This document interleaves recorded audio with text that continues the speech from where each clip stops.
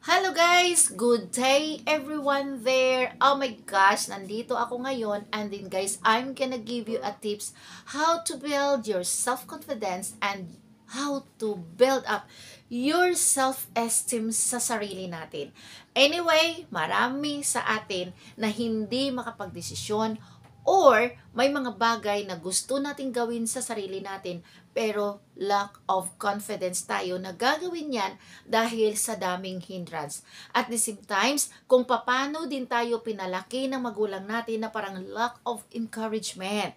So yun guys, hindi din natin masisi kung bakit ganito tayo pero hindi pa ito ang huli ang lahat. There is always a chance na ayusin natin ang mga bagay-bagay sa sarili natin. So, this is it guys. How to raise your self-esteem. I will give you a tip number 1. So, number 1 tip is think highly of yourself.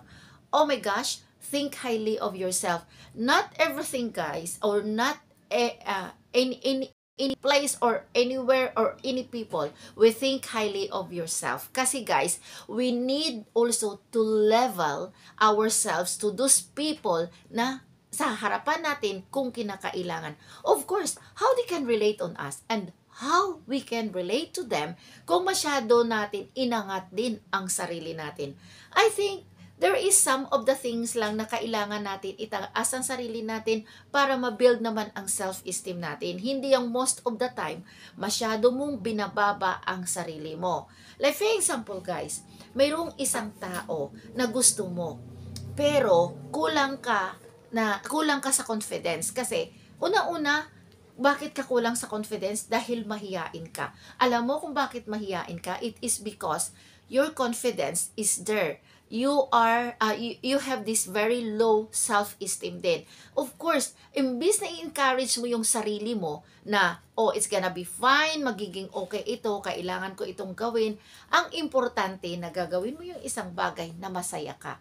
Kasi guys, way back, na I'm going to share it to you, at the age of 23 years old, talaga guys, I end into regrets.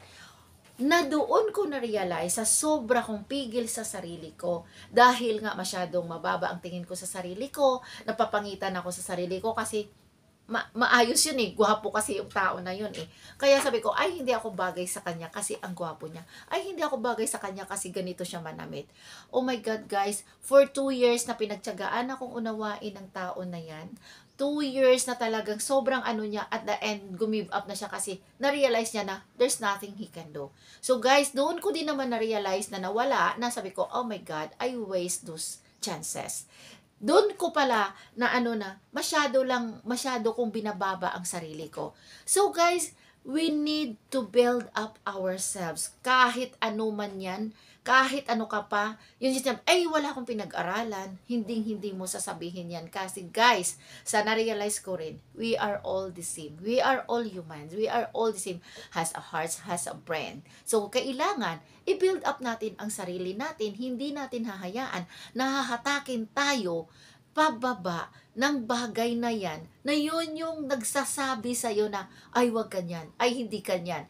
Kasi guys, there is no way for you to success dahil nagpapadala ka sa naririnig mo sa sarili mo na hindi ka pwede dyan, hindi mo kaya yan. We need a self-confidence, we need to build up our self-esteem. So anyway guys, hanggang dito na lang. I will give you the number 2, the second tips, how to raise our self-confidence at the same times our self-esteem. Okay guys, have a nice day. Thank you for watching me. God bless.